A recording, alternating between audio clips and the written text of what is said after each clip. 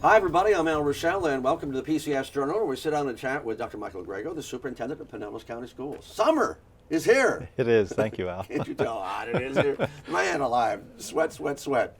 So, Ridgecrest Elementary. Now, this is interesting. We're going to talk about Governor DeSantis paying a visit to that school. Well, one of our A-plus teachers, Carolina Tave, is one of the instructors there. With Miss Graham, I think is the principal there. Yes, Miss Graham. Yeah, Vicki yeah. Graham. So it was really neat to see this. So let's talk about that first. Governor DeSantis comes to Pinellas County and says, "I'm bringing some money with me." Well, he didn't say that way, but he did. Tell me about it. Well, Governor DeSantis contacted us, his office, and said, "Well, I want to go. I hear you're doing some tremendous things in Pinellas County related to STEM and the academies that we have." You've covered the STEM academies in our district. And we have, in addition to the academies of over 260 that we have throughout the year, we continue this where we have week-long STEM academies, grades 2 through 8, throughout the summer. And so we take this the show on the road. And so we were at Ridgecrest the first day, and he wanted to bring, and our local delegation came and others, and he made the announcement centered around computer science, the funding of computer science. And we need more computer science teachers. Yeah. And so the bill that 7071 that was put into law provided over about $10 million for the training of teachers, certification of teachers.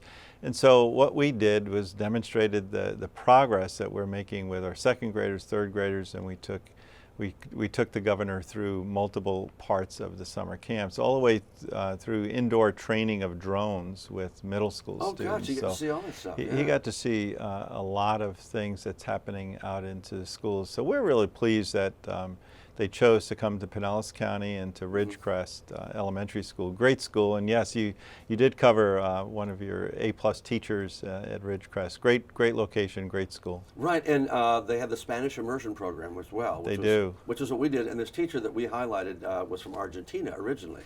So it was wonderful because we've done a number of stories with teachers that have come from other countries, and I think what happens, which is kind of neat, is I think because they have had difficulties with language in the past, they're more direct and they're slower in their delivery, and I think the kids get it faster. Right. So in this particular case, she took the kids that were in the math class, and they were whiz kids. I looked at some of the stuff they were doing geometry, and I go, I don't ever remember covering that. Right.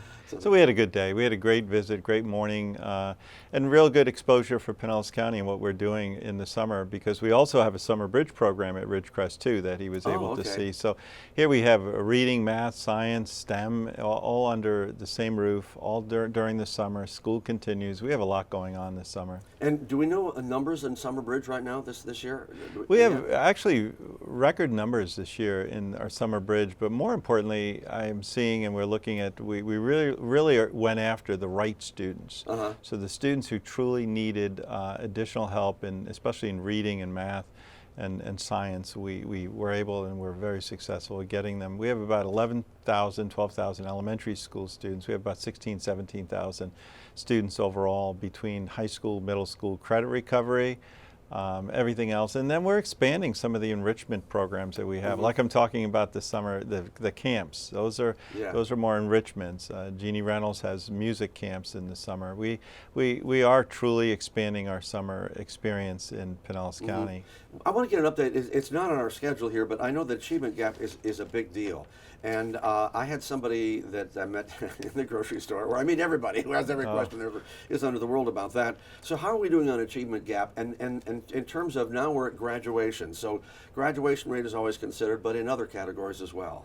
Yeah, well, we did finish our graduations, as you know, and that's a topic for discussion. Congratulations to all of our graduates. And with the black, non-black graduation rate, we saw again a decrease for the second year in a row, a closure of that gap.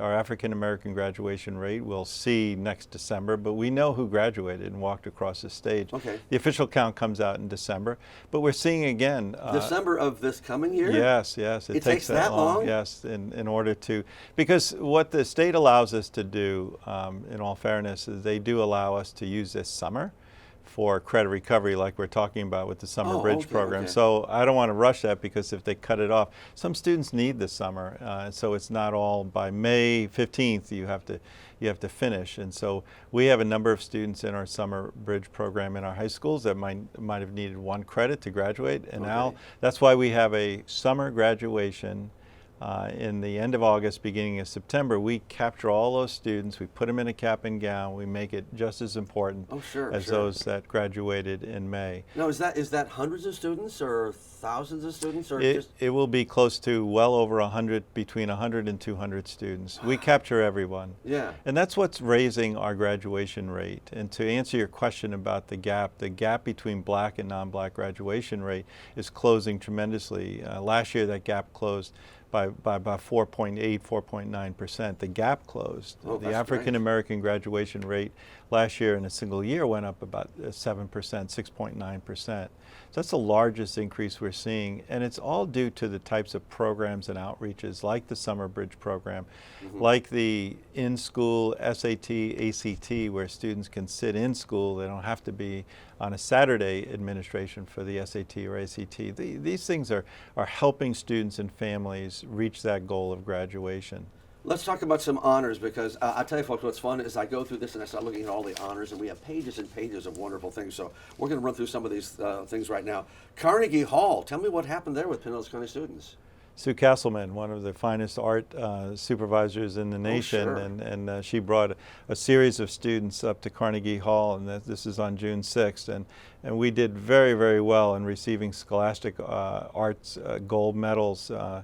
Students at Gibbs and Osceola High School and Tyrone Middle School. So this is the Scholastic Arts and Writing Award programs, the nation's longest running and most prestigious recognition.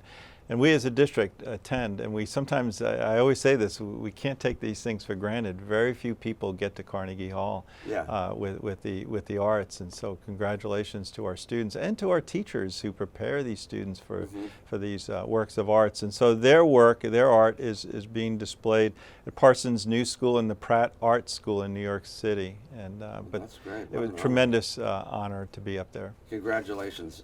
And I love this when every year they have this thing where they open up the school district and they have all the artwork from all these kids around here. We've been able to come to that several times and really enjoyed it, because kids have a great imagination. They're not limited like we adults who tend to look things like a tunnel, don't we?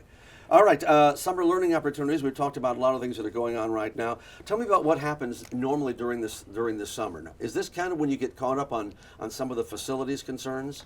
Summer, people always think about summer in school. Oh, you guys summer has to be the busiest time. It's hard to, and I don't work to convince people of that, but I can tell you that each and every day of the summer is amazing.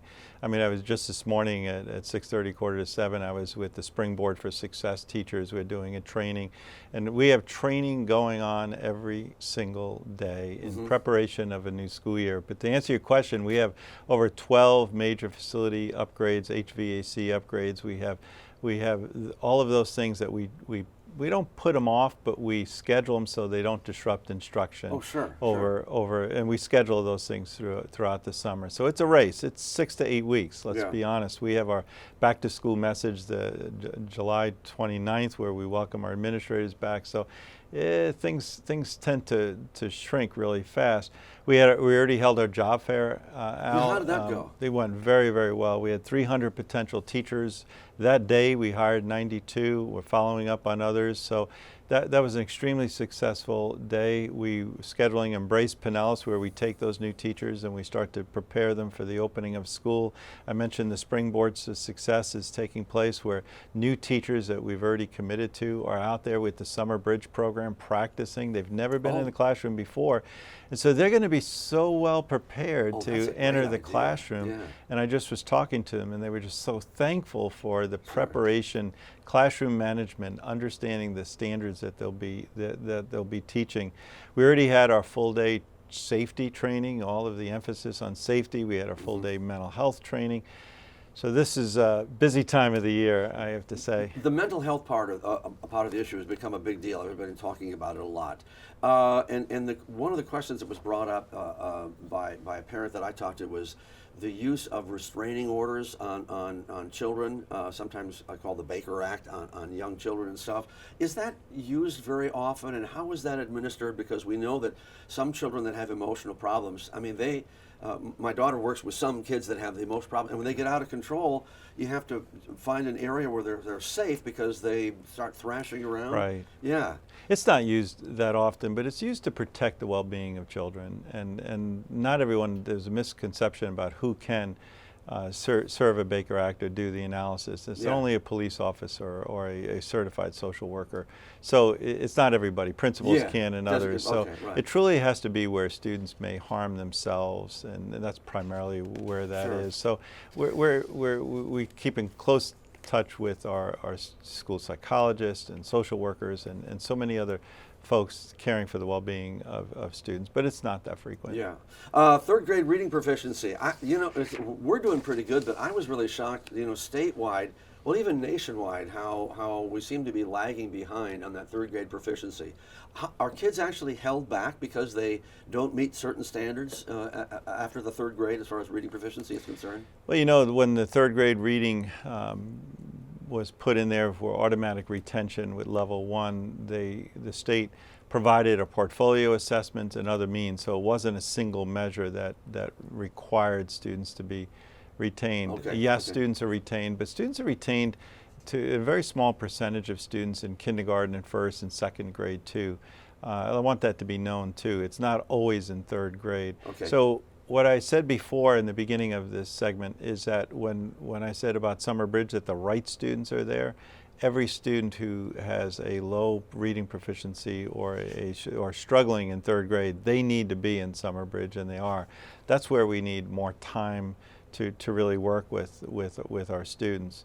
We saw an uptick in our reading scores of 3%, where the state was 1%. And yes, the state has been over the last 5, 7, 8 years kind of flat. I think we need as a state to put far greater emphasis back on the reading first, and a lot of the emphasis that when the reading initiatives were taken off in the state of Florida, we saw this trajectory going up, and then funding was cut and everything else was happening, and all of a sudden, reading was one of many, and we saw this plateauing of the reading scores in the state of Florida. We just finished a complete audit, a third-party audit, as I mentioned to you in the past, about so what's going really well in our elementary reading program, what do we need to shore up, and we're excited about the emphasis, and we're starting to see some of the results of that focus. And we're bringing a tremendous focus on reading education in Pinellas County, and we saw a 3% tick up increase, where we had about 70% of our schools, 70% of our elementary schools showed an increase with a bunch of them showing double-digit increases. Well, so we believe we're on the right track. And parents and grandparents, you can really get involved. Read your kids every single day and make that a part of it. Last thing, because we're out of time, congratulations to Pinellas County School Officer Michael Hawkins, the Florida Association of School Resource Officers Lifetime Achievement Award. Congratulations to him. And 30 of his 37 and a half years were as a district school resource officer. Wow. What a champion for public education. He's a tremendous guy. And he was at Gibbs High School too. Right. Man, that's great. He's currently serving at Distant Academy. So congratulations to that. We've run out of time for all these other things right now, but lots of good things happening in Pinellas County Schools. Dr. Grego, thank you so much. Thank you, Al. Make sure you use your sunscreen in the summer, right? I will. Actually, year round here in Florida. We're back with more after this.